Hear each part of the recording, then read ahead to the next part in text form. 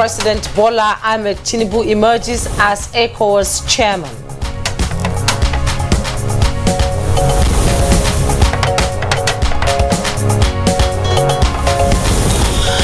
NTA seizes over 4,000 kilograms of skunk in multiple locations in the country.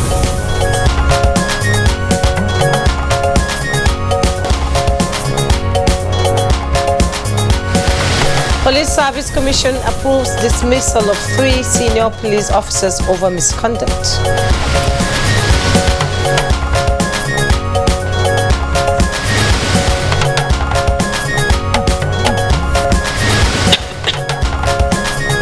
Good morning, Nigeria. Today we'll discuss tax reforms in Nigeria.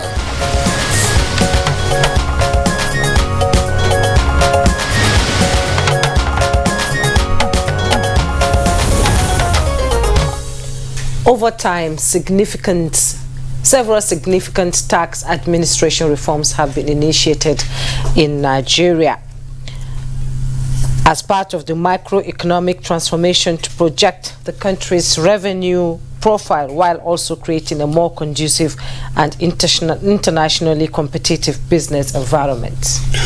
Well, some of the reforms saw, of course, to the enactment of new legislations, which meant, in some cases, the repeal and reenactment. And these include the company's income tax, personal income tax, the value-added tax, and the petroleum profit tax. And in 2023, the Finance Act was signed into law, bringing into major tax initiatives such as 5% excise tax on telecommunication services and the excess duties on locally manufactured products, 40% import duty on vehicles, among others. Well, there had always been a tussle, as it were, between the federal government and the states over the powers to collect VAT, as well as the Federal Inland Revenue Service doing so on behalf of the states, which of course is still an issue. Now, these reforms in taxes are expected to accelerate improved service delivery to the public and boost non-oil tax revenue in Nigeria, where tax laws have little or no impact on the non-formal sector, which currently dominates the economy. Well, last week, President Bola Ahmed Tinubu signed new executive orders to address multiple taxation in the country. Now, the orders suspend some of the taxes and also, in other cases, deferred the commencement date of the changes as contained in the Finance Act. Now, some of those changes, of course, the dates have been stipulated, some of them commencing on the 1st of September this year or the 1st of August. Now, one of the executive orders also moved the commencement date of the tax changes, the customs and excise tariff variation amendment order, which is now taking effect from the 1st of next month.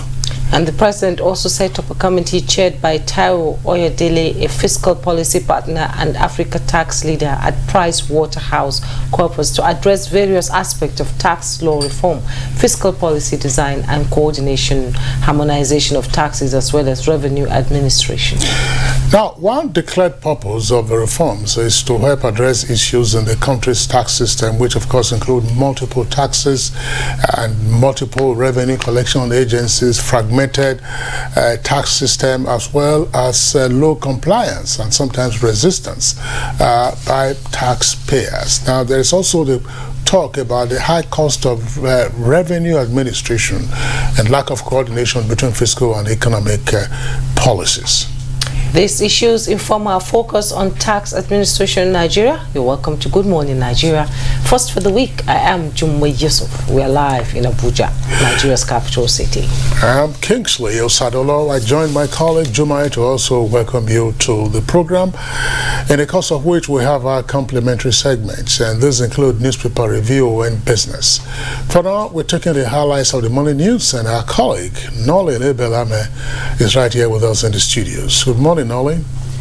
Good morning, Kingsley and Jumai. Good morning, Nigeria. And here is the morning news. The 63rd ordinary session of ECOWAS heads of state and government has ended in Bissau, Guinea-Bissau, with the leaders resolving to strengthen their bilateral ties and defend the regional integrity of the sub-region against any form of terrorism. At the end of the summit, Nigeria's President Bola Ahmed Tinubu was elected as the chairman of the sub-regional organization. Let me first and foremost commit myself to the principle and rule of law. We must be firm on democracy. Democracy being the best form of government.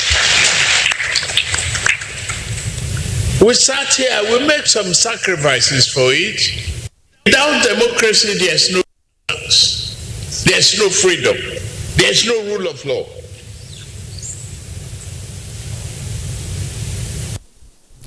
Similarly, member countries under the Economic Community of West African States, ECOWAS, have expressed gratitude and congratulated Nigeria on the successful conduct of the presidential and parliamentary elections that led to the emergence of Bola Ahmed Tinubu as the president. This was during the opening ceremony of the 63rd ordinary session of the Authority of ECOWAS heads of state and government taking place in Guinea-Bissau. We witnessed the general elections in Nigeria, which saw the emergence of His Excellency Bola Ahmed Tinubu as the President of the Republic of Nigeria. On behalf of the community institutions, I would like to extend our felicitation and best wishes in piloting the affairs of Africa's biggest economy and the largest country, the Federal Republic of Nigeria. And back home, Department of State Services, DSS, has denied media report alleging that the service stormed the Independent Corrupt Practices and Other Related Offences Commission and Code of Conduct Bureau and carted away certain files from them, as well as the arrest of Senator Abdulaziz Yari for alleged refusal to pick the president's phone call. While restating its respect for the rule of law, independence and autonomy of other agencies, including the judiciary and legislature, the service said it will not shirk its responsibilities or allow some detractors to prevent it from undertaking its statutory duties or carrying out lawful orders by constituted authorities. The service also said it will remain focused, resilient, patriotic and professional in the conduct of its affairs, while urging the public to disregard the misleading stories which are aimed at causing disaffection in the country and disparaging its leadership. Meanwhile, the service assured that it will continue to work with relevant stakeholders to address security challenges in the country in line with its mandate and the directives of the president. In other news, the National Drug Law Enforcement Agency, NTA, has carried out a series of highly successful operations aimed at combating drug-related crimes and ensuring the safety of communities. These operations resulted in the seizure of a substantial amount of skunk, totaling 4,560 kilograms across multiple locations, including Lagos, Adamawa and Osun. Furthermore, the NDLEA conducted a raid on a skunk cheese factory situated in Ogun, which not only led to the confiscation of illegal substances, but also resulted in the apprehension of 4 individuals involved in the illicit drug trade. In a separate operation conducted in Delta, the NDLEA successfully targeted a fentanyl syndicate, leading to the arrest of 2 women directly engaged in trafficking these highly dangerous opioids. Police Service Commission at its 21st plenary meeting has approved the dismissal of 3 senior police officers over cases of misconduct and abuse of office. In a statement, the Commission said 9 other officers were reduced in rank, including a Commissioner of Police, while it also approving compulsory retirement of an Assistant Commissioner and directed a refund of all entitlements wrongly paid to him. Similarly, the Commission approved posthumous promotion of late Inspector Ifeanyi Oroke to the next rank of ASP for acts of gallantry and restated 1 dismissed Inspector Augustina Oko to take effect from the date she was dismissed, and the punishment of severe reprimand on 16 officers and reprimand for another 18. It directed that letters of warning should be given to 2 other officers. And those are the news highlights for now. Good Morning Nigeria continues with Jumai and Kinsley after the break. I am Nolin Ebel Ame. Good morning. Subsidy can no longer justify its ever increasing cost and the weight of dry resources. We shall instead rechannel to fund to better investment in public infrastructure, education, healthcare, and jobs that will materially improve the lives of our people.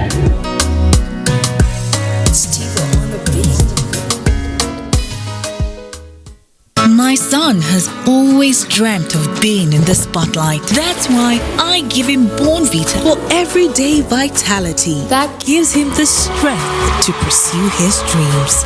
Bornvita, strength to dream. Your skill is key to your professional growth in the competitive broadcast media industry. Take advantage of the following programs specially packaged by NTA Television College Jos to upgrade your skill. Drama Production Workshop, date 3rd July to 21st July 2023, 3 weeks. Intermediate Online News Reporting Skills, date 24th July to 11th August 2023, 3 weeks. The course fee for the 2-week course is 120,000 Naira, while the fee for the 3-week course is 150,000 Naira only. Accommodation inclusive. All courses will hold at NTA Television College near Old Government House, Rayfield, Jos. For further inquiries, please call 0803-079-5335 or 0806-980-9807.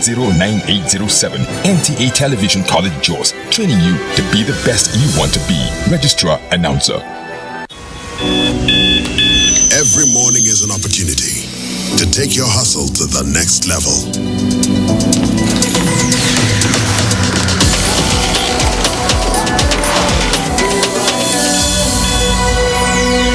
Every morning is one day closer to your ambition. So, make every morning count. Cup after cup, morning after morning. Start strong, finish strong. Nescafe. We must all join hands to work hard so that we build a country for our grandchildren.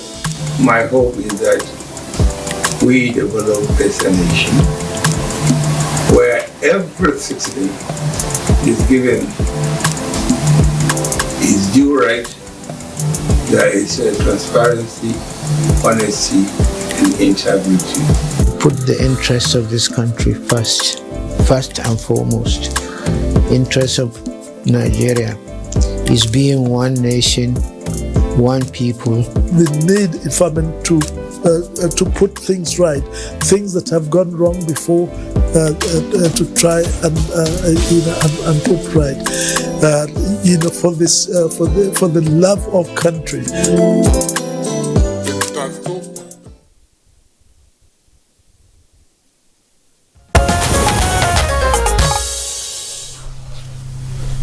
You're watching Good Morning Nigeria on the network service of the NTA. Business owners commend President Tinubu's tax reforms as they highlight the relief experienced by businesses under the weight of multiplicity of taxes.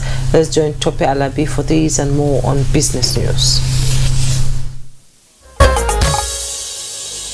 Firms have been grappling with over 50 different taxes and sundry charges, including corporate and personal income tax, import and excise duties, capital gains, and value-added tax. President Bola Tinubu's bold intervention through several executive orders has been welcomed, particularly the suspension of 5% excise tax on telecommunication services and the excise duties on some items, as well as the 10% green tax by way of excise tax on single-use plastics. Nigerian Employers Consultative Association (NECA), in a release by the Director General Adewale Smart Oyerinde, salutes the decisive actions taken by President Tinubu in fostering a more conducive business climate in Nigeria through strategic tax reform measures. However, NECA wants the federal government to reconsider the introduction of value-added tax on 7.5% on automated gas oil or diesel and the outdated practice of minimum taxation, with the belief that these create hurdles in the path of doing business. In the meantime, the Institute of Chartered Accountants of Nigeria has said that the unification of the country's exchange rate will stimulate the growth of the securities market and attract foreign investments into the country. A statement by the institute said, the previously adopted double window exchange rate played a huge contributory role in fueling high inflationary pressure, corruption, high debt burden, and reduced investments into the country. It noted that the unification of the exchange rate could increase government's revenue in naira terms, which could result in a higher tax revenue to GDP ratio. With Business News, I am Tokbe Alabi. Well, thank you very much, Tokbe Alabi, for the business news package. Up next for us is newspaper review.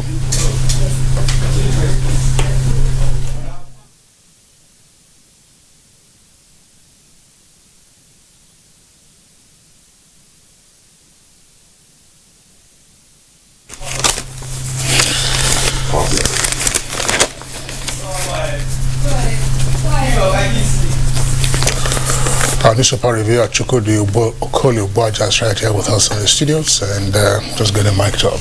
Chukwudi, good morning and welcome to the program. Good morning, Kingsley. How are you today? Very well. Good morning, Juma. How are you doing? Fine. You look good. Really? Thanks. Thank you.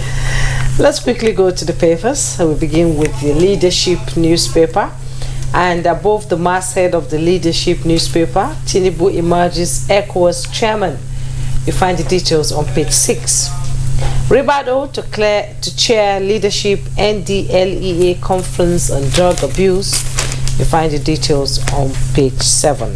And below the masthead of the Leadership newspaper, Nigeria unification, forex inflow rises by 28% to $1.41 billion. Find the details on page 7. NACON to sanction state boards over pregnant pilgrims. You find the details on page 20. 20 die in Lagos Badagry road crash. Details on page 24. Flood. Katsina government to demolish buildings on waterways. And still on the Leadership newspaper, we have the headlines. NAS committees, Akpabio Abbas under fire for conceding 50% chairs to opposition, with a rider deal sealed before June 13th National Assembly election. And all parliamentary friendly bodies to be upgraded to committee level. You find all the details on page 4. And the picture story you see there, President of African Development Bank, Akinwumi Adesina, Lagos State Governor Babajide Sanwo-Olu, and Chairman Girego Power PLC Femi Otedola, after their discussion on developing Lagos State Public-Private Partnership Power Transmission Project, the first in Nigeria, at the Lagos House Marina. Let's now quickly go to the Blueprint newspaper. Just below the masthead, in the Blueprint newspaper, Senate may receive ministerial nominees this week. Misconduct. PSC dismisses 3 senior police officers, reduces CP's rank. You find details on page 13. The headlines in the Blueprint newspaper: Tinubu now ECOWAS chair, 6 regional security, private sector-led economic growth, with rider wants body to rise against coup d'etat. You find details on page 6. Going down the Blueprint newspaper, EPA using Kanu, Finland complicity to destabilize Igbo land. That's coming for Hanese. CBN returns 115.45 billion naira, 22.7 million naira in failed transactions to bank customers. FAN staffers vandalized 2.3 billion Lagos airport runway equipment. At the bottom plate of the Blueprint newspaper, NTA emerges first runner-up as Blueprint tops at Report Her Awards, page 6. Hajj 2023, death toll of Nigerians in Saudi Arabia rises to 20. Kesley? All right, we also have the New Telegraph newspaper, and we'll take a look at some of the front pages. Above the nameplate, we'll take this. Airlines trapped funds, Nigeria and Ethiopia to swap $100 million. Below that, Tinubu's rejection of EU's report rules out chances of electoral reform. That's a claim by Atiku. Akpabio's emergence doused religious tension. Reverend Ogunmuyiwa, it's call for service. That's the Senate President.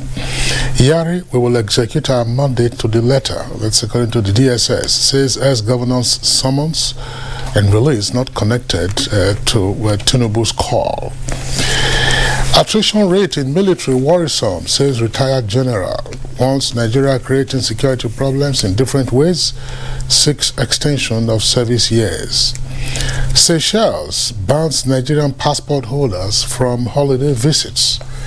Pipeline vandalism, oil theft can disrupt fuel supply in Lagos and Southwest, according to Ipman.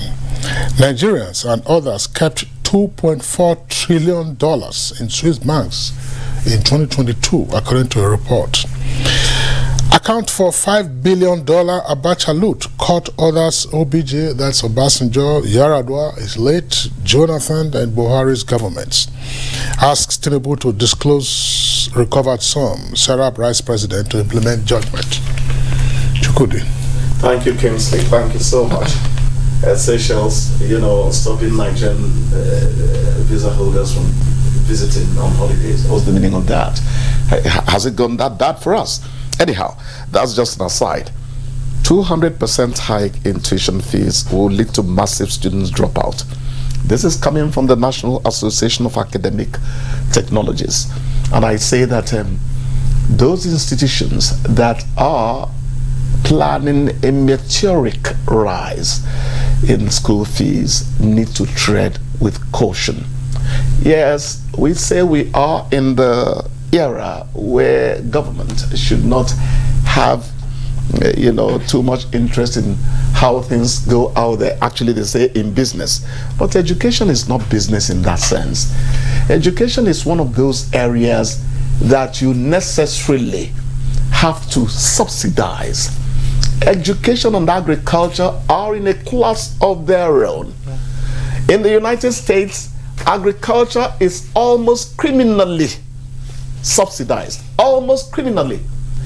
A pint of milk has remained the same in Houston, Texas for the past 15 years or almost. The last time I bought one at Howin, I talked to the Indian man, the storekeeper, and he said, "Look, things are steady here. It's not like your country, and we laughed over it." So if you are talking about education and agriculture, nobody should hold it against you if you say, hey, whereas the price is 3 naira, we want to take 1. Because the development of the country lies in the hands of the people you're training. And there's price control. That's the point. So I think that should be looked into. We have to tread carefully. You do not kill young blood in the guise of living up to the dictates, the current dictates of the economy. Things are expensive. We need to afford a good library. We need to afford decent meals for them and all that. Let's put money into it. It has to be subsidized. That's my own take on it. The other one is the uncanny harvest of death. We are unwittingly stepping into more and more. In the past 3 years or so, it was from banditry, insurgency, and all that. Look at this one. Benue, death toll in Ukum local government attack hits 30. Gavanalia APC condemn bloodbath. Not a word you want to drop on AM television. But it's our reality. We cannot run away from it. The twin brother now is road crashes. 20 die in Badagry, Lagos road crash. And I say, ladies and gentlemen, what is happening to us? The head count of people who die in Nigeria now is becoming so disturbing that only a man with a heart of stone would look away or not listen to, you know, what is coming from the papers. It is not right. I think we have to do a lot, and that includes the citizens. The other time we're talking about see something, say something. I don't know what you're going to see and say about a driver that decides to get reckless. That is the problem. But are bad roads also part of why this carnage on the road is mounting? Or new good roads making the that is even the other devilish, you know, possibility. Yes. That because the roads are too smooth now, you think that your hydraulic brake will do it, and people run on slippery road in the rainy season. Where is our brain? They're in a hurry to go and dump the passengers in the car and go back and get more passengers before getting the line. That's the problem. Well, I hope the Federal Road Safety will be looking into all that, and penalties should be given. I hope they are still as good as they were. They are. They are coming up with so many other things. Because they insisted on correct behavior on the road. Quinsley, you're quiet today. What he's been, the reviewer has been speaking, so I wasn't supposed to interject. Well, I do not think that the ban on Nigerian passport holders from holiday visits to the Seychelles is a story that should be taken lightly. Now, the details of the story tend to indicate that there was an applicant for a visa, because Nigeria and Seychelles, particularly Seychelles, had a visa on arrival policy for Nigerian passport holders. And during the last administration, they also signed direct flights arrangements, you know, as part of BASA, that's Bilateral Air Services Agreement. So what has happened now that Seychelles is shutting its doors against Nigerian passport holders who would like to spend their holidays on the island. So I think that this is a diplomatic issue, and it's a matter that the Ministry of Foreign Affairs should take up and find out what exactly went wrong and how it can be remedied for those who want to go on holidays, which we should not. It's an insult to our dignity as a people and Dubai now as a country, for us to be told that, oh, because of your green passport, then we cannot allow you into our country. That's a national slur. It's you're just using a tar brush on everybody. I mean, how many Nigerians go there on holidays in the first instance? And if there are persons who do not behave according to your laws, you use your laws to also deal with it. Yes. So I think that's collective responsibility. Yeah, that's a matter to deal with. The other issue last week, everywhere was ablaze with respect to the teenager who was alleged at the time to have generated some controversy with regard to her score exam. I'm talking about Mesoma in Anambra. Now, at the weekend, of course, I'm sure we all read the outcome of the report produced by the panel set up by the Anambra State government. It's conclusive from their investigation that there was a case of manipulation of the result. It's been said that Mesoma actually scored 249 as JAMB had always insisted, but then of course she rigged it by her own admission to the panel to make it look like she scored 362, and that sparked an entire controversy. You recall the advisory that we issued in the course of the program why some persons were hot under the collar, in bringing in all kinds of dimensions that were completely irrelevant, and seeking to summon dissimilar facts, and saying that this is what goes on, and it all tells you how divided some persons are in their thinking. I'm not saying how divided we are as a people in their thinking, because you at the slightest hint, then the next thing is to begin to adduce all kinds of evidence in buttress of the position that, this is against us, this is against my person, and so on. And it was completely unhelpful. And I want, if you recall, to say that, look, merely looking at an individual does not tell you whether that individual is capable of committing an offense or not. I said a policeman is trained to suspect his mother. Yes. That's how he solves crimes. Yeah, I'm not a policeman, but I mean, my training leads me to suggest, look, a 6-year-old can commit an offense. That's true. A 6-year-old can take a gun and then shoot somebody to it has happened. But it's where criminal responsibility would attach. That's a different matter. But whether a 6-year-old is capable of doing it is not one to be questioned. So to say, this person is capable of doing it. So it has emerged now that she forged her job result, and of course, part of the panel's recommendation is to say that she should undergo counseling, which is very, very important. Very, very important at this stage. And we'll see what JAMB, of course, will do. JAMB had already barred her for 3 years. But I think that, going forward, they may have to reconsider that. Yes, and I heard that a businessman said no matter what, he's still going to sponsor her to the US, to the America. It's okay. That is his own pastime. Yes. No, let's clarify that. That's a Bitcoin businessman. Okay. Bitcoin. And you know what Bitcoin is? Bitcoin, In the meantime, innocent. That previously awarded a 3 million naira gift, has withdrawn that. Has withdrawn that. Yes. So, they could quietly say, Mr. Malcolm, why did you do this? But publicly, it must be seen that offense is punished. That is African. You see, I keep on talking about Africa because this modernization is part of the reason we are in trouble today.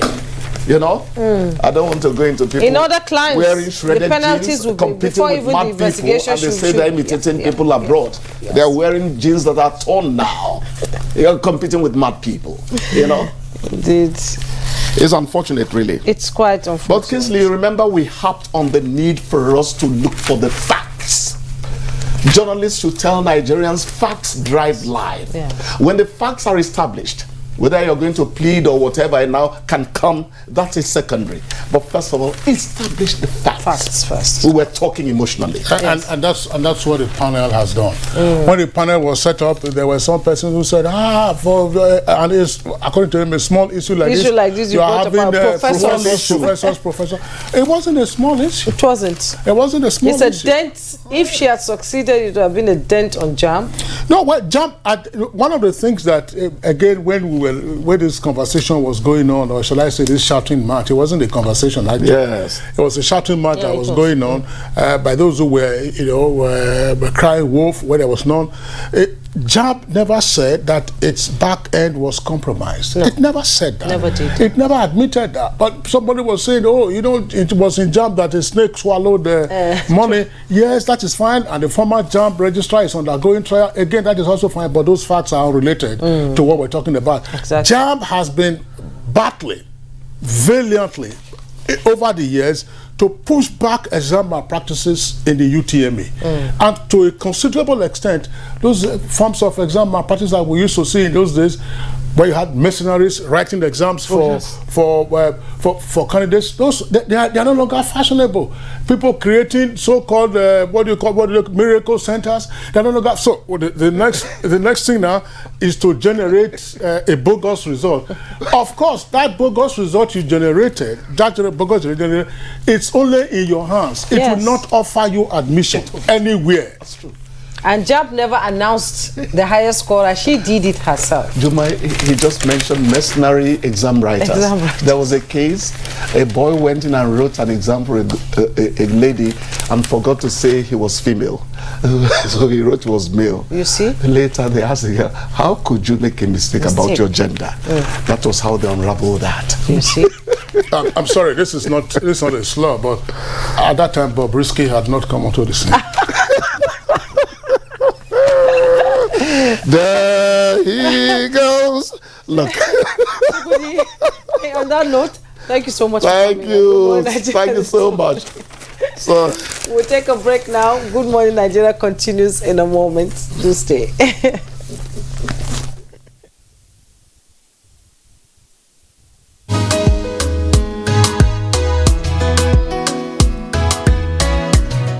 Whether from the winding creeks of Niger Delta, the fastness of northern Savannah, the boardroom of Lagos, the building, bustling capital of Abuja, as busy market of Onitsha. You are all the people. As your president, I shall serve you with prejudice towards none, but compassion and amity towards all.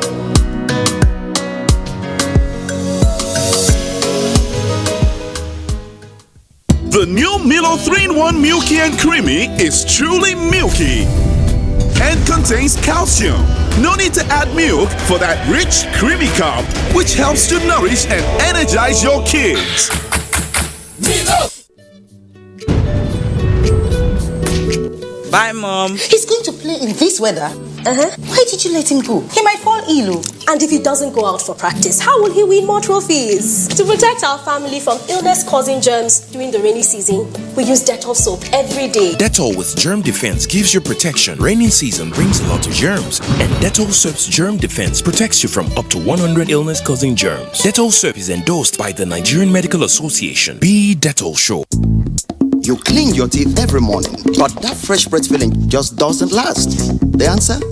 Easy. You keep your teeth strong and healthy and give your mouth long-lasting fresh breath with new Oral-B 2-in-1 toothpaste. It helps strengthen your teeth and gives you long-lasting fresh breath. So fresh, still fresh, and still fresh. Stay strong, stay fresh. New Oral-B toothpaste for strong teeth and long-lasting fresh breath. The counsel of our fathers. I will urge and advise our younger generation to use talent and brain to sort out problems, not arms. Nigerian youths, let's build our nation together.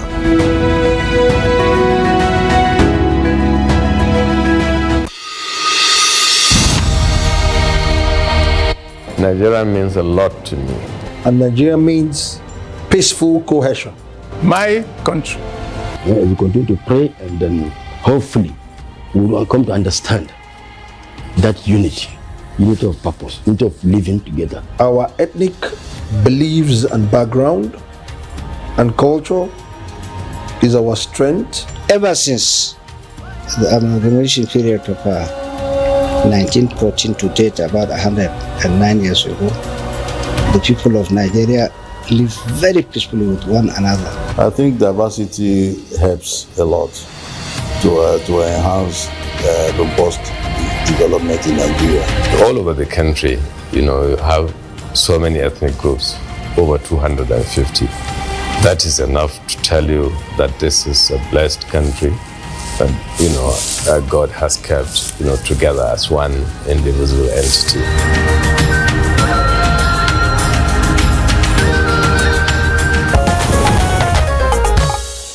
Watching Good Morning Nigeria on the network service of the NTA. Before our conversation on tax reforms in Nigeria, let's take a look at the background report put together by our correspondent Joseph Osei. Taxation over time remains one of the most reliable means of revenue mobilization for countries globally. For Nigeria, the 2014 to 2016 oil crisis, which saw government revenues decline by nearly half from 11% in 2014 to 6% in 2016, was a wake-up call to take another look at its overall dependence on the oil economy and paddle a diversification policy. Effective tax reforms were identified to play a vital role in giving the economy a boost. Financial Act 2023 was signed into law by the previous administration, introducing major tax initiatives, including the 5% excess tax on telecommunication services and the excess duty on locally manufactured products, and many more.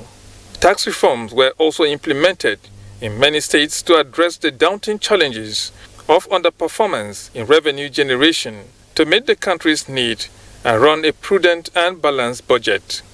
In as much as tax reforms are imperative to revenue generation, conflicts between business owners and tax collectors over multiple taxation and tussle between states and the federal government over the collection of value-added tax, VAT, by the Federal Inland Revenue Service on behalf of states have continued to generate concern.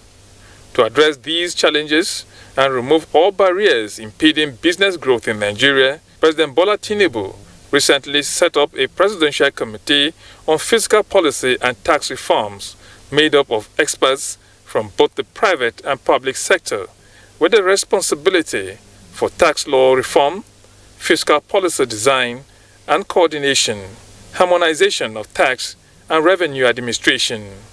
He also signed executive orders that suspended some of the taxes as he deferred the commencement date of the charges contained in the Financial Act from May 23, 2023 to September 1, 2023, and also moved the commencement date of tax charges in the Custom Excess Tariff Amendment Order 2023 from March 27, 2023 to August 1, 2023. For the presidency, challenges in Nigeria's tax system are embedded in the high cost of revenue administration and poor accountability in the utilization of tax revenue, which the committee will examine critically and come up with better tax system without stifling investment or economic growth. On Good Morning Nigeria, guests will extract recent tax reforms on the nation's economy under current circumstances. All right, thank you very much, Joseph Otsen, for that background. We have with us in the studios to discuss issues around the tax reforms embedded in the executive order signed last week by President Bola Tinubu. Here in the studios, Dr. Kennedy Iwundu, who is chair of the Chartered Institute of Taxation of Nigeria, Abuja District. Dr. Iwundu, we are glad to have you again on Good Morning Nigeria. Thank you for having me. Also here in the studios is Kehinde Kajeshomo, who is Deputy Director and Head, Treaties and International Tax Policy Division of the Federal Inland Revenue Service. Kajeshomo, good morning and welcome to Good Morning Nigeria. Thank you for having me here. Good morning. Right. Juma? And from our Kano studio, we have Professor Kabiru Isa Dandago, Professor of Taxation, Prince Abubakar Audu University, Ayumba, Federal Commissioner Tax, Appeal Tribunal and former Finance Commissioner, Kano State. He's joining us from Kano. You're welcome to Good Morning Nigeria. Thank you very much for having me. We'll also be joined by from our Lagos studio, Kenneth. Okay. I think that's about the guest we have for Good Morning Nigeria this morning. Kesley. All right, so let's begin the conversation here in the studios with Dr. Kennedy Iwundu. Let's try to contextualize the executive orders that were signed last week by President Bola Ahmed Tinubu. What do these executive orders amount to? Because following that also, we saw the appointment of the chair of a tax reform committee. The details of the mandate of that committee have not yet been disclosed. In other words, what would they be touching on and so on and so forth. But let's begin with what we know, namely the executive orders that were signed by the president last week. What's in your opinion is the meaning and significance of these executive orders with respect to the tax regime? Thank you very much. The executive orders are in good shape. Is where we have to commend the president for, signing those executive orders. However, we also would like advise him to take those orders to the National Assembly for proper ratification and amendment, because those orders are on act of National Assembly. The laws has been passed. The former president signed them into law. So I don't think an executive order will suspend an act of National Assembly. So I will believe that the advisors of the president will send it back to the National Assembly for proper ratification. However, those executive orders are highly commendable. Number one, suspending the implementation of 2023 Finance Act to 1st of September is in the right direction, because we have a national tax policy that says once there's changes in the law, tax laws, you give people a minimum of 3 months to understand the law, to know about the changes before implementation. And this 2023 Finance Act was signed, and the implementation was in retrospect. You don't implement law in retrospect.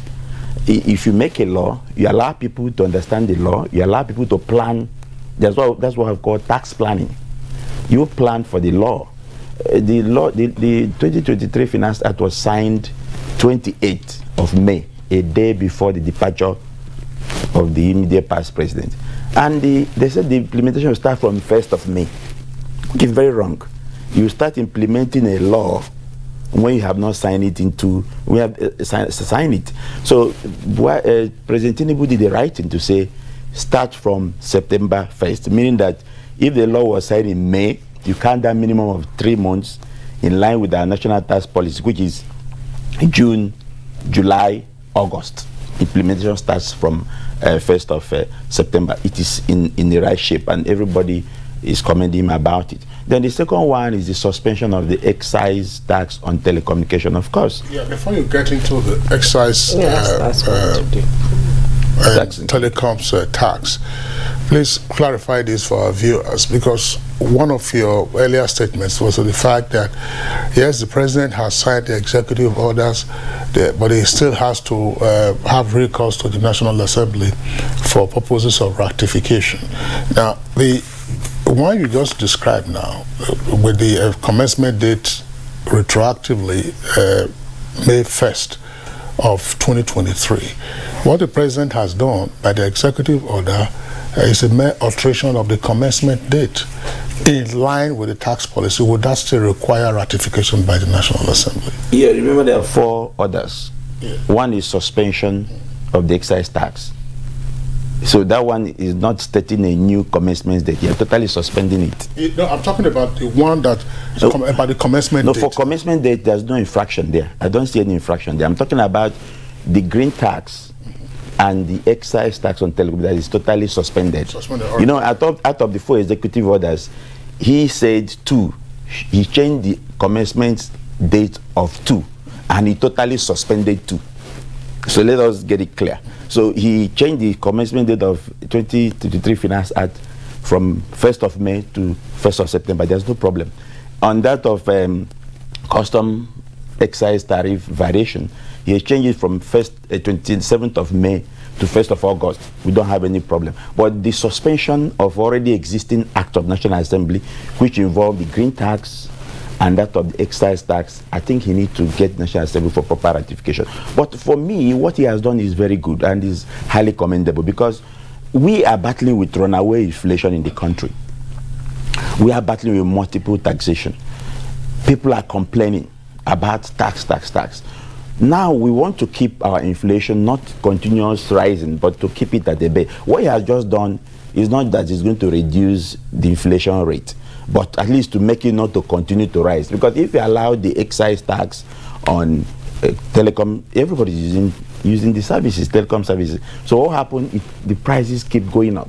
Price of data keep going up, price of communication keep going. So and you know what happens, the telecom will keep passing it to people. So at the end of the day, we are battling with continuous rise of prices of goods and services, and that brings about runaway inflation. So the president did very, very well by suspending this excise tax and also suspending that of excise tax, that of a green tax.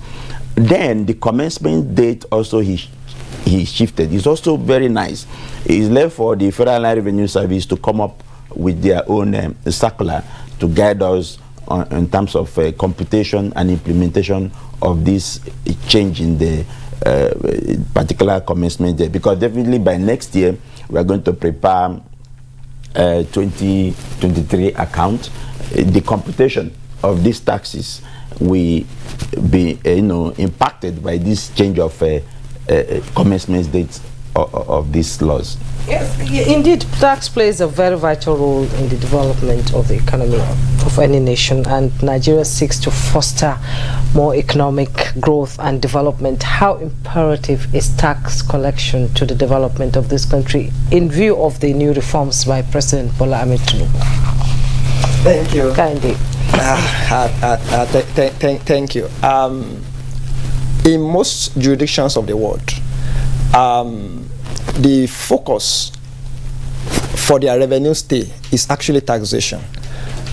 And prior to now, we've had this anomaly where we more or less neglect taxation and focus on oil. But the good thing is that tax is back to play the leading role. In the last 2 years, tax has contributed more than 50% to sharing, this fact sharing from federation accounts. Every month we have the amount share tax contributes that's generated by Federal Inland Revenue Service contributed more than 50%. Sometimes it goes as high as 65%. So that means we are back home focusing on taxation. And that is why if you look at the last 2 years, there have been astronomical increase in tax collection. If you look at year before the last, we had the highest collection in the history of Nigeria, which was 6.4 trillion. Then last year we have the first time that collection will cross the 10 trillion threshold, which was last year we had 10.1 collection. So. And this year, we are expecting a higher collection. So that means we are refocusing on collecting taxes to fund or to finance the activities of government. Okay, thank you very much, Kende Kajeshomo. We'll come back to you. Let's go back to our Kano Network Center, where we earlier introduced Professor Kabiru Isa Dandago. He's a professor of taxation. Prof, put into context what we are about getting into. It isn't as if we are having tax reforms right now, but where are we and what are the indications as to where we are headed?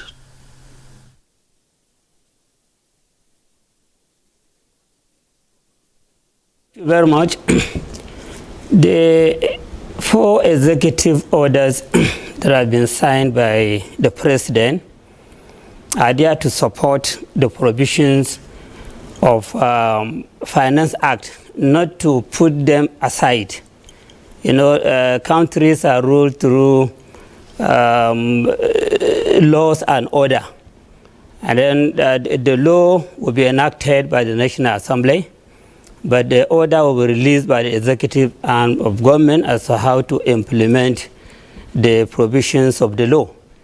So all this issue of suspension of this tax, the review of this tax rate, etc., were all planned to ensure that the provisions of the law are well implemented by the government. And this measure is all out to show that the government is very much serious now on the use of taxation as the most sustainable way of generating revenue that could be used in ensuring sustainable development in the country. And as the government is now interested in real tax reform, because I call it real tax reform because the statement from the government side showed that the committee that will develop this reform will also be required to drive the implementation. I think this is the first time that we are having a committee that will develop ideas which will assist government in achieving a certain objective, and then the committee will also be considered for driving the implementation of all the suggestions in the reform. And so all this goes to show that the government is actually interested in making taxation as the most important source of revenue for the country, taking into consideration the fact that all the developed economies in the world are tax-based economies. And then the countries that rely on natural resources, most of them are the developing or even backward countries, because relying on natural resources promote high-level corruption, while relying on taxation promote accountability, and it promote participatory leadership. The taxpayers will put their eyes on what is happening in government to ensure that their money is being effectively utilized in ensuring sustainable development. So we have hope that these reform measures will be successful, especially as the committee that will develop the reform measures will also be required to drive the implementation of all the ideas contained therein. Okay. Well, I just, Juma, I'm sorry, Professor Kabiru, let's clarify something. Now, the committee was announced last week. The chair also disclosed, but we don't know who the other members of the committee are in the meantime, and what will be the extent of their mandate in terms of seeking to tweak our tax regime. Do we know that, or are you aware?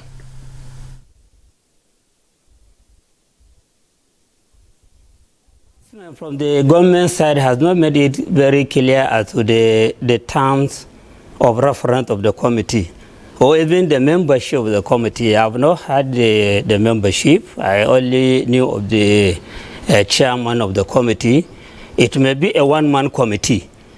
And then, of course, it may be a committee that will have other members which may be announced later.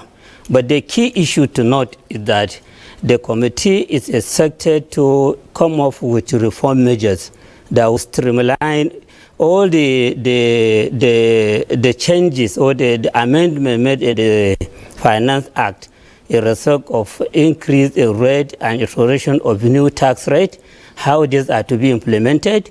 And then, of course, the other laws of the land, Companies Income Tax Law, Petroleum Profit Tax Act, and all the laws that are already existing in the country, they are not being well implemented. So this committee is expected to come up with measures that will make this law to be very effective when it comes to implementation. And that is why I emphasizing on the statement I saw in the government release, that the committee will not only give ideas on the implementation of the reform measures, but it will drive the process. So that issue of driving the process is what the government may have to explain.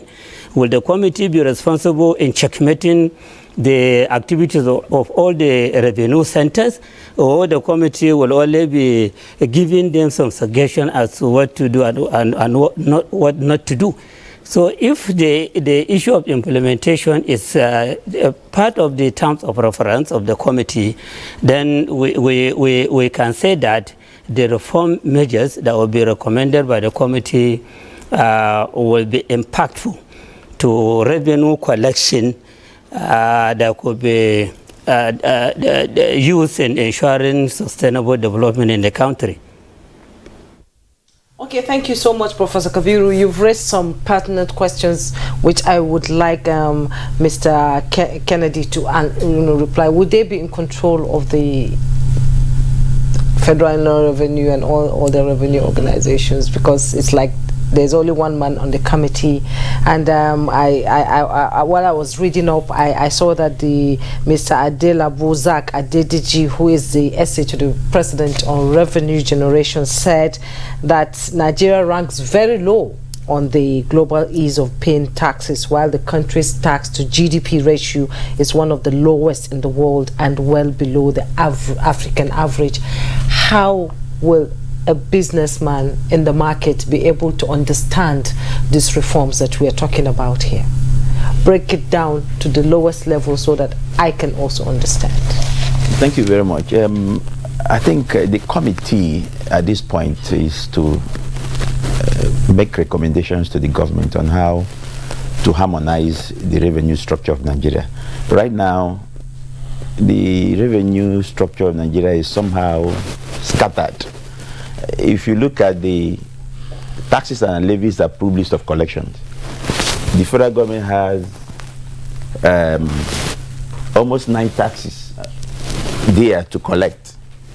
The state has close to 20-something taxes or thereabout. The local government has similar, almost 20-something taxes. So we talk about multiplicity of taxes here, multiple taxation. The states are collecting different taxes. The local government is collecting different taxes. The federal government is collecting taxes. So as a result, people are complaining about this multiplicity of taxes. So I feel the committee has the responsibility of suggesting on how we can harmonize these taxes across the 3 levels of government.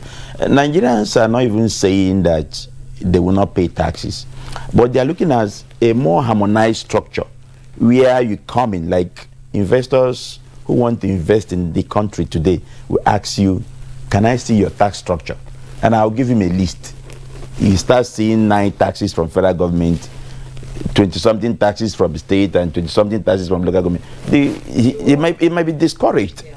So what do we? I think the committee has the responsibility to say, let us harmonize the Nigerian tax structure. Where you come in, you pay few taxes to the federal government, you pay 1 or 2 taxes to the state, you pay 1 or 2 taxes to the local government, and the collection becomes simple. One of the principles of taxation is simplicity. A tax system must be simple, must be easily understood, because the man in the market, they're paying levy, he says he's paying tax. I think that is one of the things reforms is doing, because instead of collecting 1 naira here, 2 naira, 3 naira, you can bring it together and say, pay 10 naira. It solves the whole problem. No, but this is part of why we need further clarification. Dr. Iwundu, you were our guest, along with others, some weeks ago, when we were discussing the issue of multiple taxation and multiplicity of taxes in our country. And we took that topic from one of the comments, or rather, one of the lines delivered by President Bola Ahmed Tinubu at his inauguration on the 29th of May. And that for part of ease of doing business, we're going to look into the question of multiplicity of taxes, multiple taxation being, of course, cross-border and so on and so forth, which is why it's important. If you're looking at the mechanism probably being deployed now to realize this, to say, wait a minute, what could be appropriate, what should be the TOR, that terms of reference. We're having another guest joining us from Lagos, and that's is a tax partner at Price Waterhouse and Coopers. That's Kenneth Erikume. If he's there on the screen, you can see him. Fantastic. Kenneth Erikume, we are glad to have you join us from our Lagos Network Center. Can you hear us?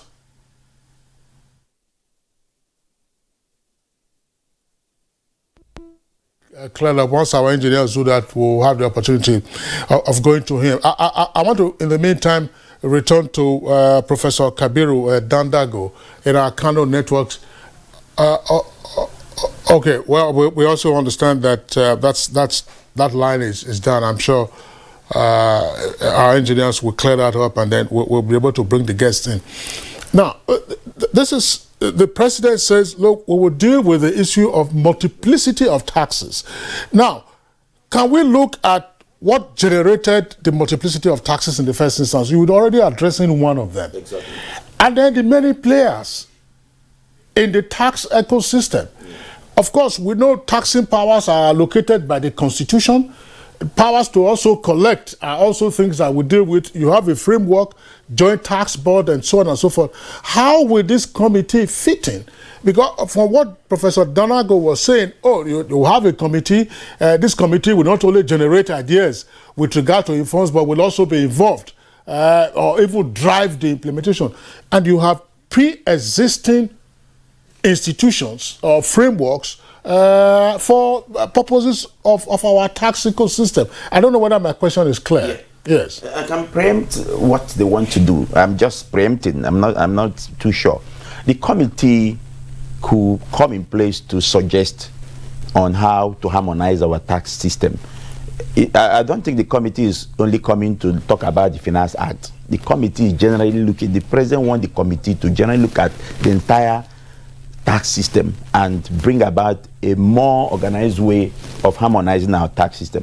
In terms of driving, being the driver in terms of tax administration, I don't think the time is ripe for the committee to do that now. There's still time for the committee to work. Possibly, maybe after they must have finished giving us a clue or have to get it right, possibly one member of the committee may be appointed in the future to be an administrator of a major tax body. That's not what I'm preempting. Thank you. The name of the committee is start with Presidential Committee. So I'm seeing this where they are the eyes of the president in how to drive fiscal policy. They look at this whole structure and advise the president. They look at the tax administration process in Nigeria. That is my understanding of thinking. They advise the president, but I don't see them replacing the tax administration. And Oyedele, Taiwo Oyedele, I know him very well. He has been around in the tax space for a while, and for me, for FRS, we consider him as a round peg in a round hole, because from government, he has the trust of government, the trust of administration, the trust of the public. So he is in a position to actually look at the whole system and drive. And the good thing is that he was also part of the committee that reviewed the national tax policy in 2016 before we have the approved national tax policy in 2017. And the good thing is when the announcement was made, when the Finance Act's implementation was suspended, new dates was shifted forward. One thing was that government made reference to the national tax policy. So the good thing is that because national tax policy is expected to be the driver, the general framework that drive and guide taxation. So that means government is now looking at national tax policy. So it's not going to be an ad hoc thing. What we are looking at is that whatever we do now, we be focused or we be driven from the national tax policy. And that's how it should be. That's how it should, because when we talk of tax system, we talk of three tripods of a tax system. You look at the policy, you look at the legislation, and you look at the administration, which where I am from. So the policy drives both legislation and us. So now if government is focusing on policy and somebody to advise government on policy, for us it's a good thing. Is there anything wrong with the existing national tax policy that we have here? There's nothing wrong with the existing tax policy. It's just that it has been grossly unimplemented. So the challenge most time with Nigeria is we have rules and the rules are not implemented. So we've had the national tax policy, but most aspect of it has not been implemented. So what we are thinking now is that maybe government is more interested in having the provisions of the national tax policy, and it has so many provisions. For example, the Dr. Kennedy gave on the multiplicity of taxes. this has been addressed in the national tax policy. We also have, close to that is multiplicity of revenue collecting agency, because that is another major issue, because you have so many agencies running after a taxpayer, and that is a serious challenge to the way businesses are run. One provision in that national tax policy document says that there should be one revenue agency per level of government. But if you go to federal, for example, you are talking of FRS collecting revenue, custom collecting revenue, you have NIMASA collecting revenue, you have the commission of under the upstream petroleum, you have NTA is collecting revenue. So you have a scenario where we have the national tax policy that have set one revenue per level of government, but in reality, we don't have such. So we are looking at, let's go back to that, so that then if you are looking at also at taxes, multiplicity of taxes, you have so many taxes. Most of the time now, National Assembly come up with what we call earmark taxes. We have the tertiary education fund tax. You have the NIDA, NASENI, Police Trust Fund. All these are contrary to the national tax policy. Most times now, when the legislators pass a bill into law, they put tax provision there. Another earmark taxes. This is inconsistent with the national tax policy document. So those are things that we expect the government to look at. We also talk about the issue of deployment of technology. And the good thing is that this has substantially been implemented. And that was one of the factors that has been driving the tax collection by FRS, where we had the 6 trillion 2 years ago. We had the 10 trillion. Of technology, like, what was the name of the technology you use? Yes, in FRS, the good thing is we have a homegrown technology that was developed by staff of FRS. It is called the Tax Pro Max. And through this Tax Pro Max, you are able to file your returns, do your payment. It handles everything. Now it has even been extended to audits. Audits are done. The Tax Pro Max coordinate audit and all those process. Then we all know what used to be in printing. Getting this tax clearance certificate, But now you log on to the FRS system, and within 24 hours you get your tax clearance certificate, as long as you have paid your tax. So those are technologies that are being brought in to ensure that the system runs smoothly. And of course, we need to expand on that. For example, maybe we need to expand to e-invoicing, fiscalization, and so much. Kende, thank you very much for your explanation. The question that arises, which is part of what I asked earlier, will be, who does this? Who does this harmonization? Who does this streamlining? And when you are dealing with more than one tier of government, the composition of the presidential committee is not clear except for the head who's been announced.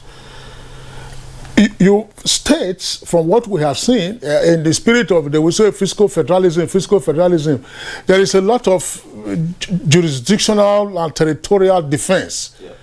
To say, no, this is our source of IGR. We cannot be coming cap in hand to you. Every month you are dictating to us, FAC. This is our, because that's why you have those tiers of government also drive theirs. But I would like Professor Kabiru Dandago to also weigh in on this. You've seen the dimensions of this conversation now. That yes, some weeks ago on Good Morning Nigeria, we did talk about tax reforms with respect to dealing with multiplicity of taxes. That is to say, a number of agencies are all over the place, and there are enabling statutes that empower them to collect taxes, and such as Kende was outlining. But to streamline this, what kind of committee, in your opinion, would be more appropriate? Now, in terms of the composition, we have the head who has been announced, but in terms of the composition, again, looking at the variety of interests that are in the tax ecosystem?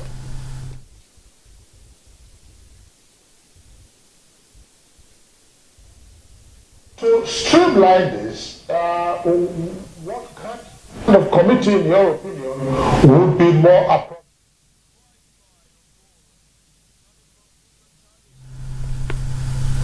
I think he's going to respond to it because he's listening to the question, I think. Professor? Understand the government policy statement on this matter.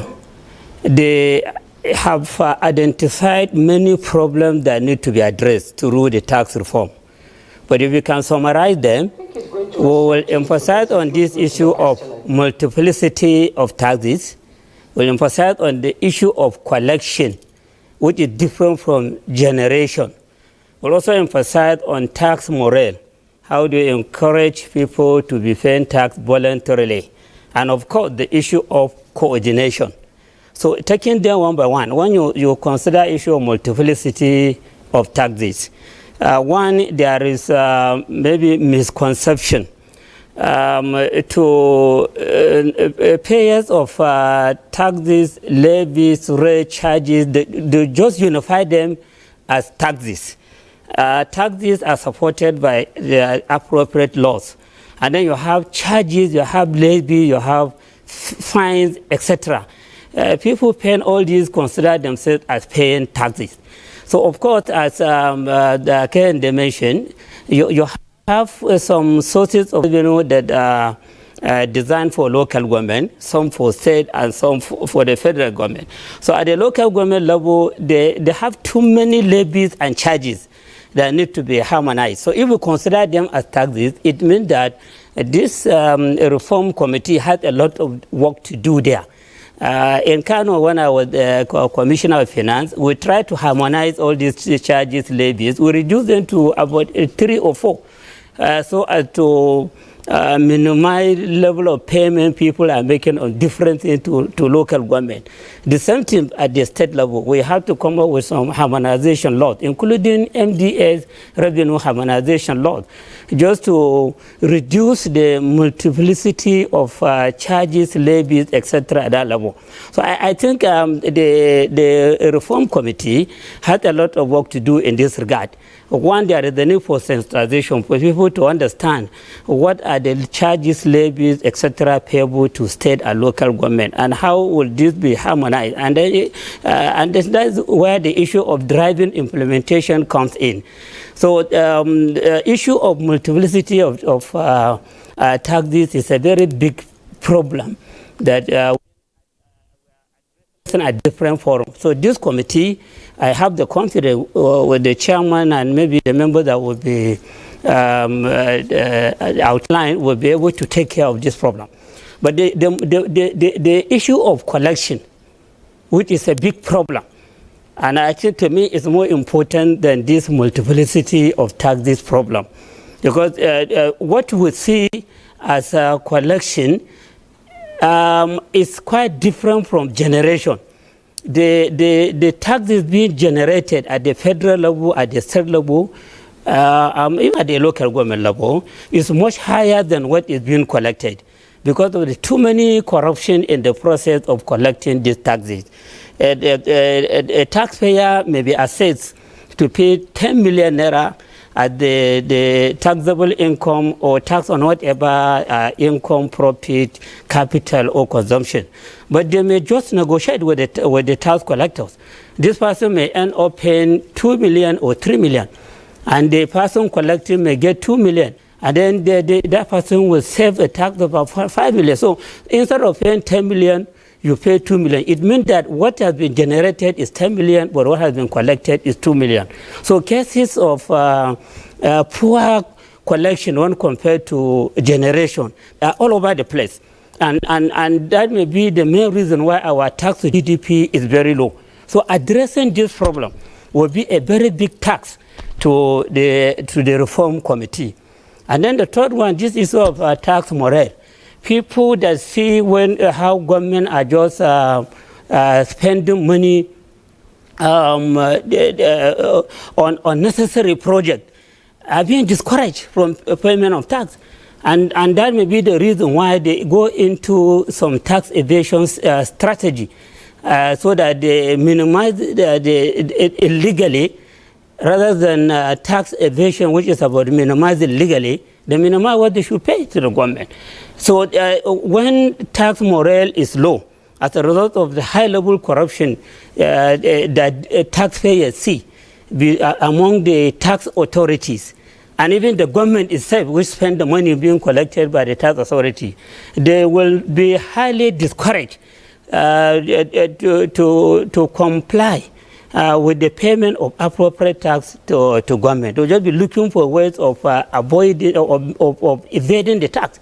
So this is another big problem that the committee may have to address.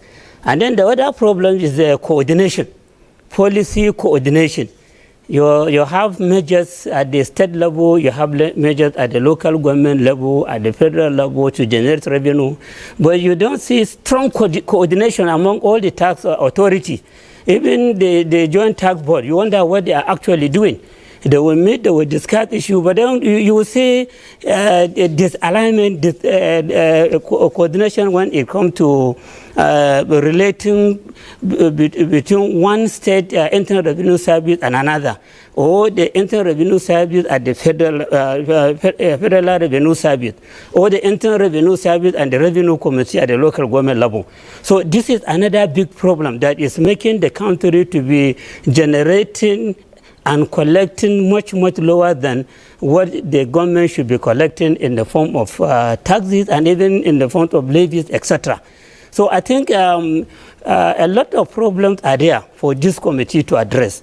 And I'm happy that the president is now ready to go back to the issue of taxation at the base for high-level revenue generation and collection, so that we distance ourselves away from too much borrowing for execution of various projects. So if we can reform the tax system very well, and then ensure that high-level collection is made, there will be no need for Nigeria to be borrowing money from anybody for execution of projects in the country. And I think the tax to GDP of the country may go up to even 50% rather than 6% now. So I think the government statement was aiming as 18% in the next 3 years. I think it should be much more than that. If the committee will be given the free hand to work very well and reform the system very well, and then target high-level collection of tax revenue for the country. Thank you. Professor Kabiru, thank you so much for your insight into this topic. You talked about sensitizing the people who are supposed to pay the tax so that Nigeria can develop better. Let's bring in Mr. Kenneth Erekumi. He's in Lagos right now. I hope you can hear us now. Let's have your perspective on the reforms of on multiplicity of tax and how it can affect the economy of this country. Let's have your take on that. You've been listening to what has been, going on in the studio. You've listened to our guests bring out issues and try to provide solutions to the reforms. Let's hear your take. Very much. I must say that I struggled to hear for the first bit, but I jumped right in when the last speaker was discussing the issue.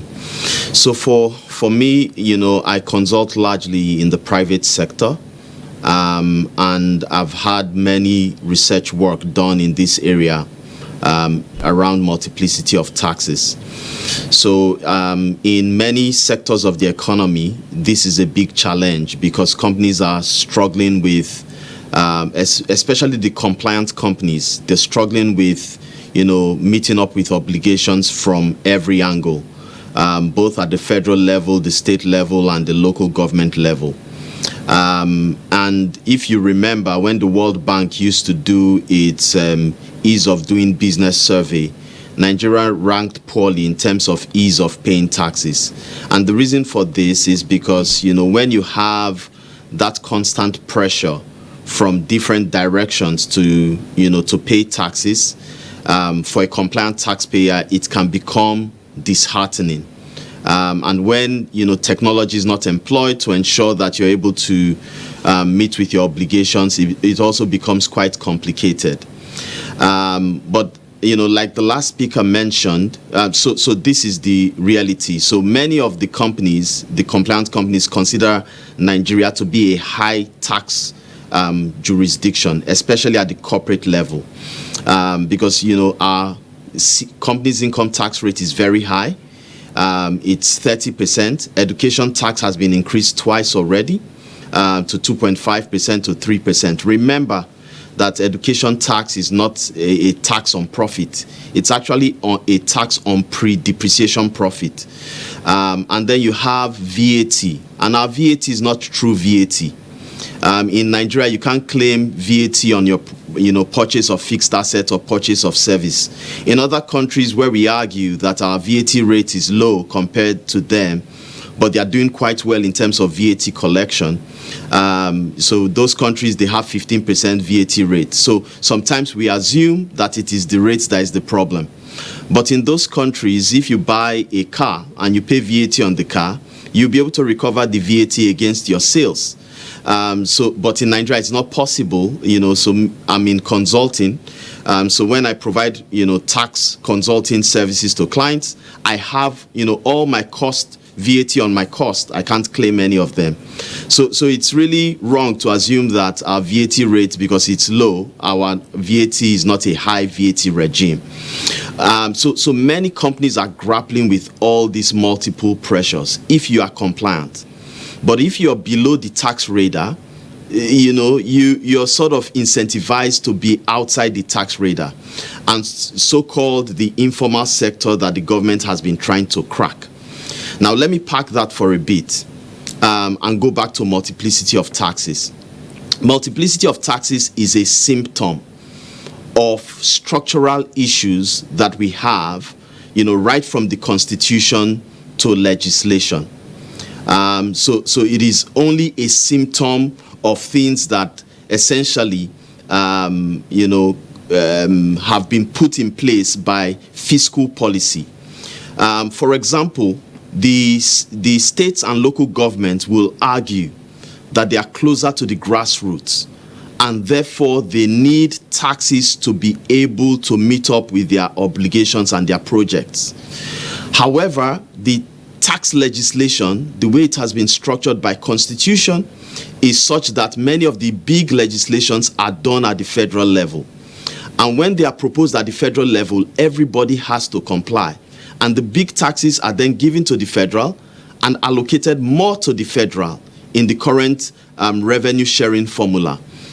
So which gives about 53% to the federal government, and then gives, the rest to the states and local governments. I know the revenue allocation, fiscal mobilization and fiscal commission proposed a restructuring of that allocation formula to reduce the federal allocation and give more to the states and local government.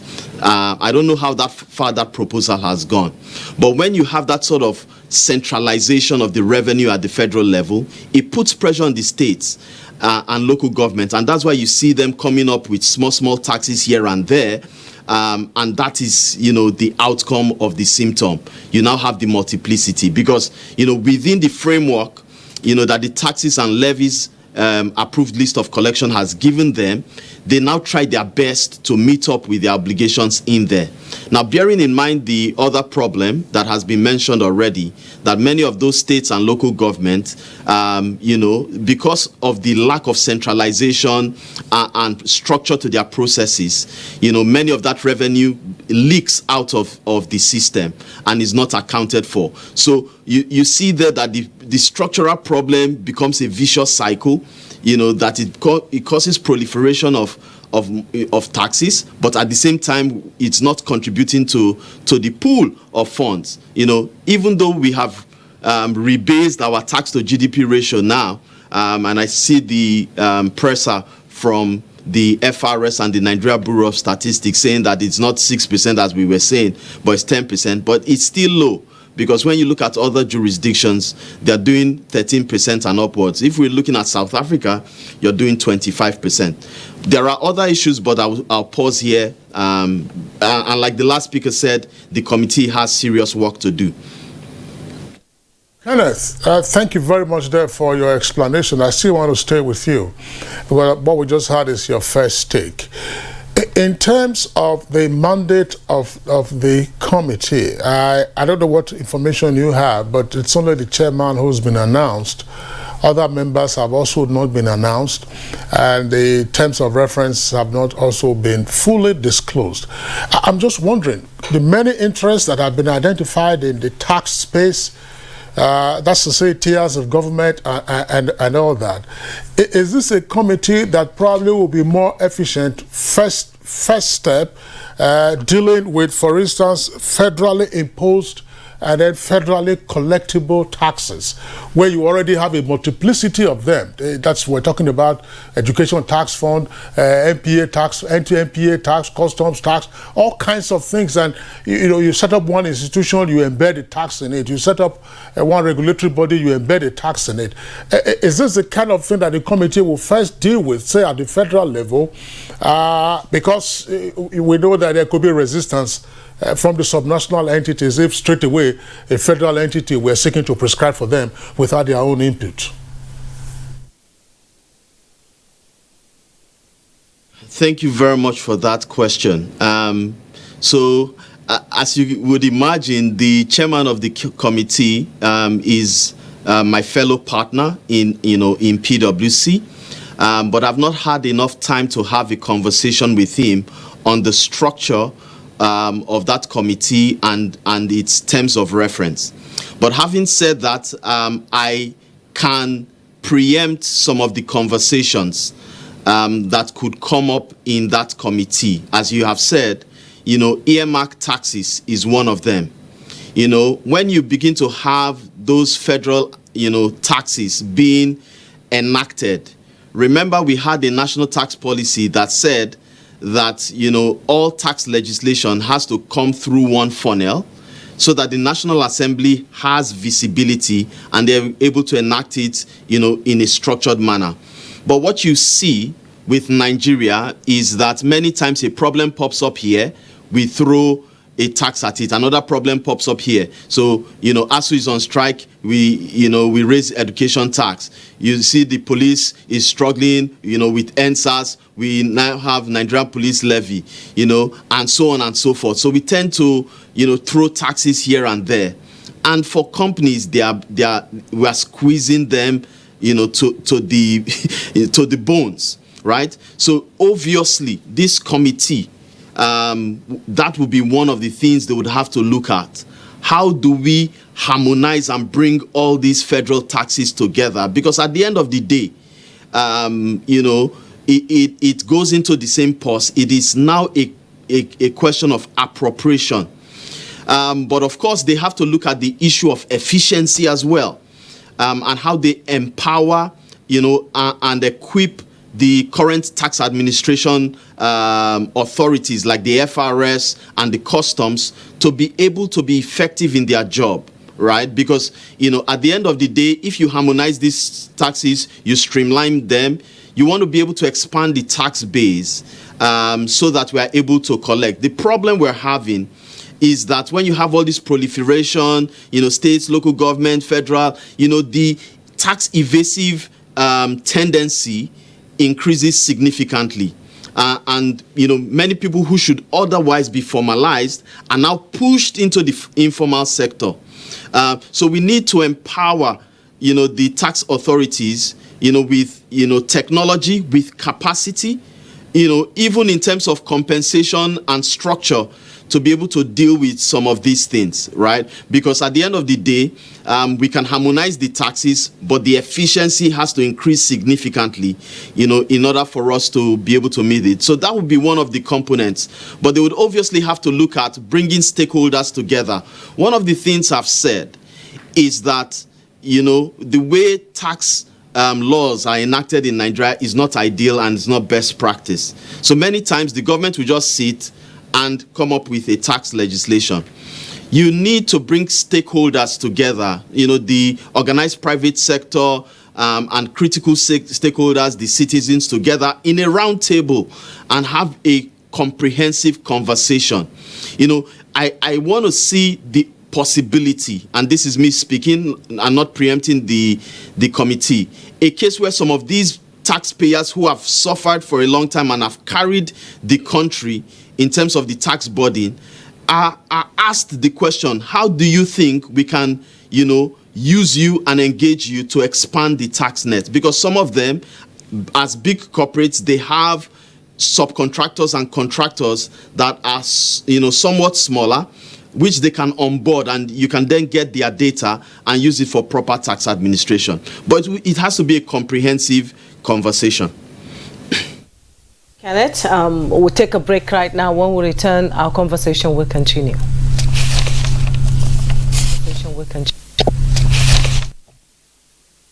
Nigeria means freedom to me. Nigeria means greatness to me. Nigeria is indivisible. There is nothing you can do.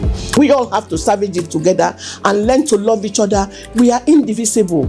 As a mother and a leader, I will always preach for peace and unity in this country, because that is the only thing that will give us progress. Though tribes and tongues may differ, in brotherhood we stand, and it is the woman that does that.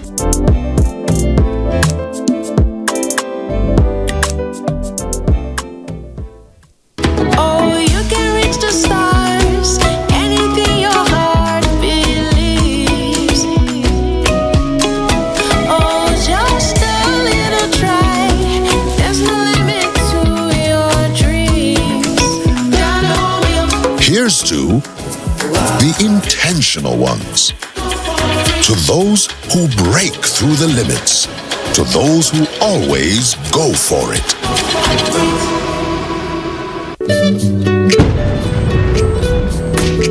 Bye, Mom. He's going to play in this weather? Why did you let him go? He might fall ill. And if he doesn't go out for practice, how will he win more trophies? To protect our family from illness-causing germs during the rainy season, we use Dettol soap every day. Dettol with germ defense gives you protection. Rainy season brings a lot of germs, and Dettol soap's germ defense protects you from up to 100 illness-causing germs. Dettol soap is endorsed by the Nigerian Medical Association. Be Dettol sure. The counsel of our fathers. My advice to these young people is please do not take us back to those harrowing days. You probably do not know what it is. Nigerian youths, let's build our nation together.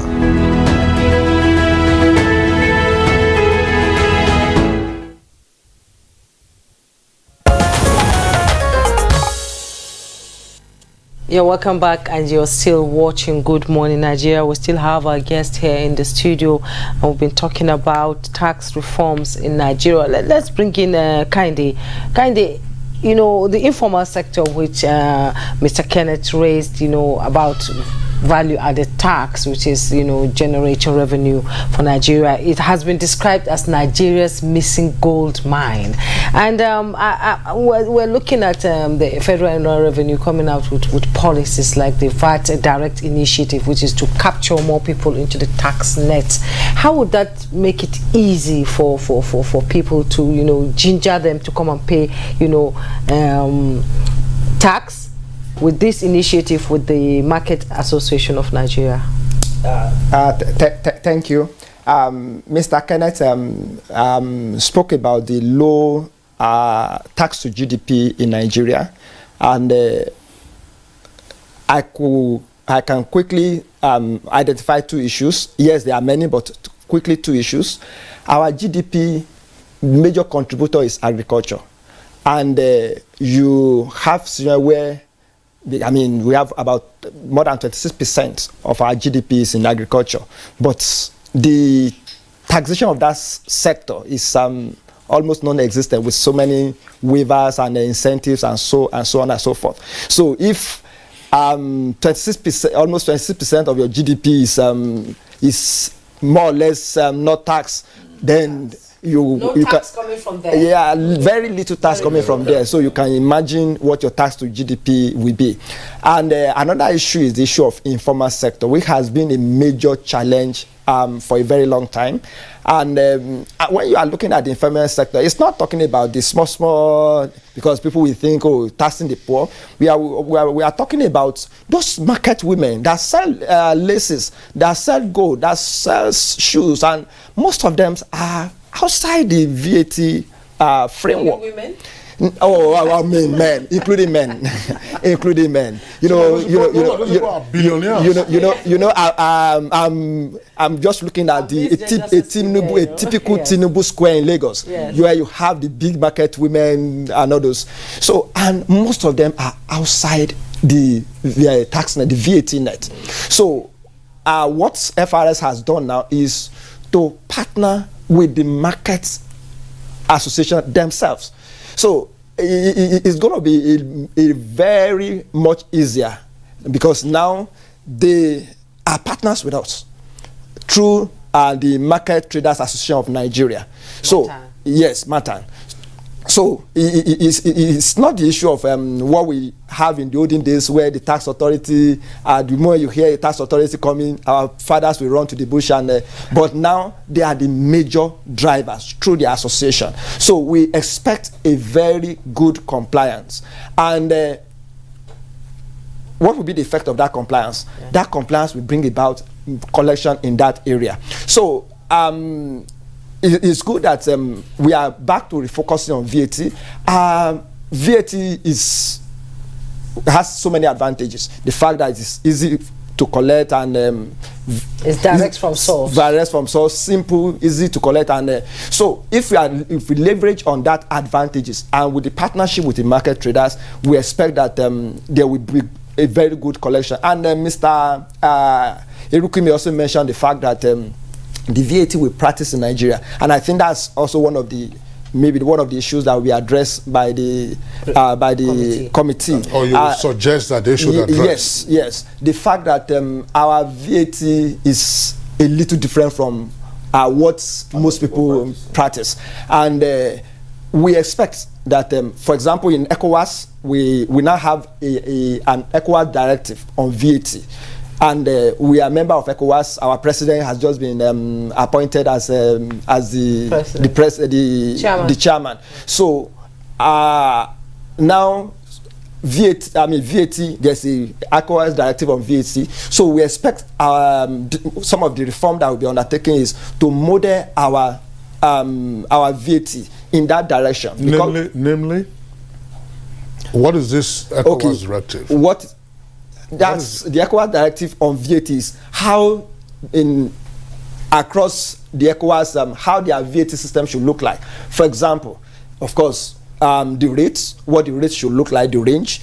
Then it's also talked especially about input deduction. The fact that all inputs should be deductible from output. In Nigeria, presently, what we have is actually all inputs are deductible. However, how it's deducted is the issue. It says if it is goods for resales, and if it is stock in trade, stock used in producing, inventory used to produce other products, it says it can be deducted from output. But if it is services or intangibles, it says it has to be deducted from profit and loss. And if it is on asset, it has to be capitalized with the assets. And the implication, to go back to a layman, the implication is that instead of you being able to recoup all your VAT, you are only able to get 30%. That's the implication, because the tax rate is 30%. So you are able to recoup only 30% if you have incurred VAT on asset, you have incurred VAT on services. So those are areas we think the reform will come in, so that people that have incurred, because as the name suggests, VAT is on value, the tax on value added, not on the whole value of the transaction.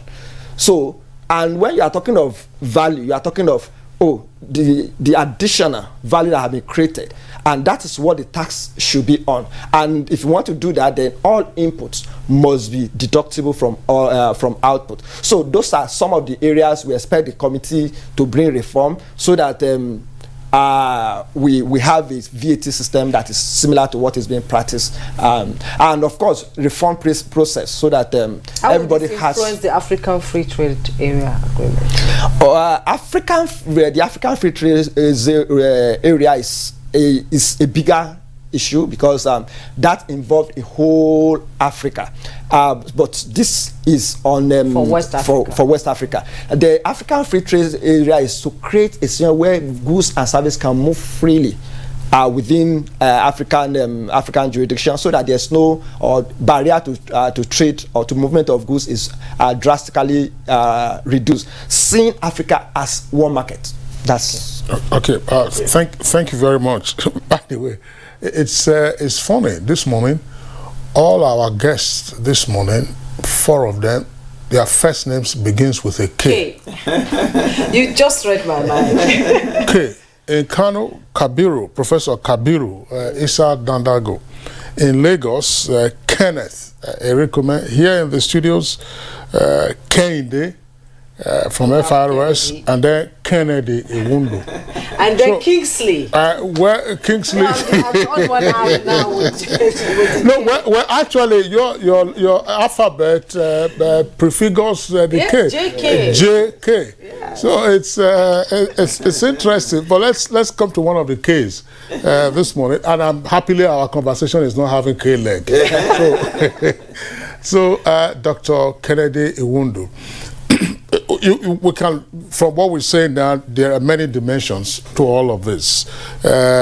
Getting more efficiency in the informal sector, but the corporates whose headaches have been unremitting, we also have to look at that. And then some of the more popular ones in terms of how to harmonize this multiplicity of taxes embedded in a wide variety of. This is a big task ahead, and that's something that can be achieved anytime pretty soon.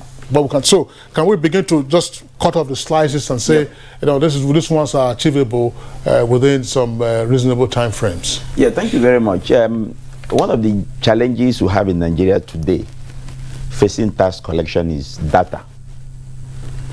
We don't have the data for tax collection. If you go to other countries, discover they have the data. They can tell you how many millions of people that are paying tax, how many millions of people that have this turnover threshold and all that. But in Nigeria, we don't have the data.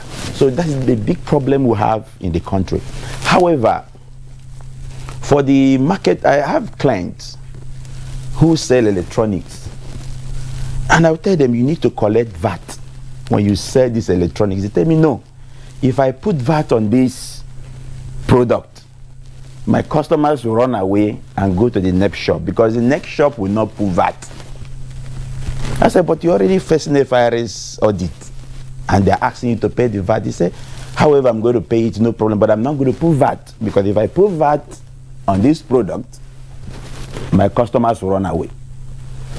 Now that comes about the harmonization. And I ask myself, why can't the FIRS now face the whole market? So that even if you leave one customer and move to another customer, he will still put VAT for you. If you like go to 20 customers, they will put VAT for you. Then you'll be forced to buy the product. Now, what my suggestion is simple. We need to use technology in collection of VAT. I also give another example. You have a hotel operating here in Nigeria. The hotel collects VAT and at the same time decide what to remit to the government. But if you deploy a technology where once somebody walks into the hotel, as he's paying for the room rate, the VAT is automatically collected and remitted to the government. It will also reduce the cost of collection because FIRS will not have the time to start writing to hotels that they are coming for VAT verification. What are you coming to do in VAT verification when you have deployed technology that automatically collected the VAT? We can have that technology in place where you enter to buy electronics, you enter to, the man is about transferring money, making payment. A platform will say VAT. You have to pay VAT. And if that payment is not done, the transaction will not be completed. And you can see that you can collect 20 trillion in VAT collection. So I believe the committee should be thinking towards this direction. Deployment of technology. FIRS have done well to deploy technology in terms of tax administration, but I want them to step further to deploy technology in tax collection. And I'll tell you, the tax to GDP ratio, we surpass so many countries we have in the world. Why is tax to GDP ratio in other countries high? Because they deploy technology in collection. Yeah. And when you deploy technology in collection, it reduces what we call the ones that are missing. That's true, but at the same time, I just want to throw this in. I'm sorry, I'm interrupting you, Dr. Iwundu. Look, do we have a fairly accurate measure of our GDP? Because the same informal sector we are saying, let's improve our tax collection amongst them. How do we measure their productivity? How do we measure the accretion of their duties and their tasks to the economy? One of the easiest examples I've always cited in recent times has to do with what is known, what I've also labeled as the breakfast economy. Breakfast. Go and check. By 9 o'clock, we're almost 9 o'clock now. By 9:30, 10, you are unlikely to see any woman, usually they are women, selling akara, because they will be done with that business in the morning. But you go to the spot where they are selling akara and find out how much revenue they are generating, feeding people who, of course, get themselves properly decked, as the saying goes, to move on. It's all Nigerian cities. That's what happens. You also find those who are preparing indomie, preparing eggs, and nobody factors this in. Yeah. But elsewhere, they will be telling you McDonald's. This is McDonald's, not Jack's. This is what they made. X, Y. So that's, you see the difficulty. That's right. So, well, I think it's a gradual process. It's a gradual process. Yes. It's a gradual process, and you also need to build the trust. You know, we have what we call tax transparency. Tax transparency has two legs. The first leg is that the taxpayer has to transparently declare his income and pay the appropriate tax. In tax transparency, I say it has two legs. The taxpayer has to declare his income and pay his appropriate tax. Then on the other part of the government has to be very transparent in the use of tax revenue. Now, Nigerians believe that government has not been transparent in use of tax revenue. So when the time comes, when Nigerians see that government is now making it transparently in terms of accountability, I'll tell you, many people will pay tax. It will boost our morale to pay tax. Right now, I think what government should do is to build that morale. Make sure that they are accountable at all levels. When I talk about government, I'm not talking about federal government alone. We're talking about states. Federal government collects this money and shares to states and local government. The question we're asking ourselves, what are states doing with the money they are getting from federal allocation, and what are local government doing? Every month, there's money allocated to every local government in Nigeria. Can we visit that local government to see if this money are properly utilized? Okay. Yes. And that will build attachment. Thank you very much. That accountability can be a very elastic word. So I would add the qualifier, utilitarian accountability. Because you can account for money spent uselessly. Let's put it that way. Indeed. You just get tractors, go and dig a hole somewhere, and then get another payloader to come and fill it. We dug a hole and then we filled it. But is that hole that you want? Is it useful? And the hole is 20 billion. 20 billion. And I tell you, is it useful? Yes. So it must be utilitarian accountability. Exactly. You and I, you have good healthcare facilities, you have good roads, and then you have a good policing system, and so on and so forth. Yes, and Chrisley, there's never enough time to discuss issues like this most of the time, and we really have to go. Dr. Kennedy Iwundu, Chairman, Chartered Institute of Taxation of Nigeria, Abuja District. Thank you so much for coming. Thank you for having me. Good morning, Nigeria. Kainde Kajesumo, Deputy Director, Head, Treaties and International Tax Policy Division, Tax Policy and Advisory Department, Federal Inland Revenue. It's been a pleasure having you. Thank you for having me today. And Kenneth Erukume, Tax Partner, PwC. Thank you so much for your contribution on Good Morning Nigeria this morning. And also from Kano is Professor Kabiru Isa Dandago, Professor of Taxation, Prince Abubakar Audu, University Ayingba, Federal Commissioner, Tax Appeal Tribunal, and former Finance Commissioner, Kano State. We thank you so much for coming on Good Morning Nigeria. Foreign is next. Foreign is next. Joe Biden is meeting with UK Prime Minister Rishi Sunak for talks on matters concerning Ukraine. But UK Prime Minister has been critical of Biden's decision to provide cluster bombs to Ukraine. Both leaders, reports have it that, will attend a NATO summit in Lithuania this Monday. And to South Africa comes the report that President Cyril Ramaphosa has confirmed that next month's BRICS summit, to which Vladimir Putin has been invited, will be physical despite an arrest warrant issued by the International Criminal Court (ICC) against the Russian president. Elsewhere in Senegal, reports have it that the country is gearing up for the 2024 presidential election. But the fate of opposition politician Ousmane Sonko, sentenced to 2 years in prison for corrupting young people, is still causing tensions. While in a visit to Congo-Brazzaville, the Kenyan head of state, William Ruto, has announced the removal of visa restrictions to ease movement of people between his country and Congo. And lastly, according to a statement by the health ministry, confirmed the killing of at least 22 people by an airstrike in Sudanese city, which is one of the deadliest air attacks in the 3 months of fighting between the country's rival generals, though an unspecified number of people have been injured.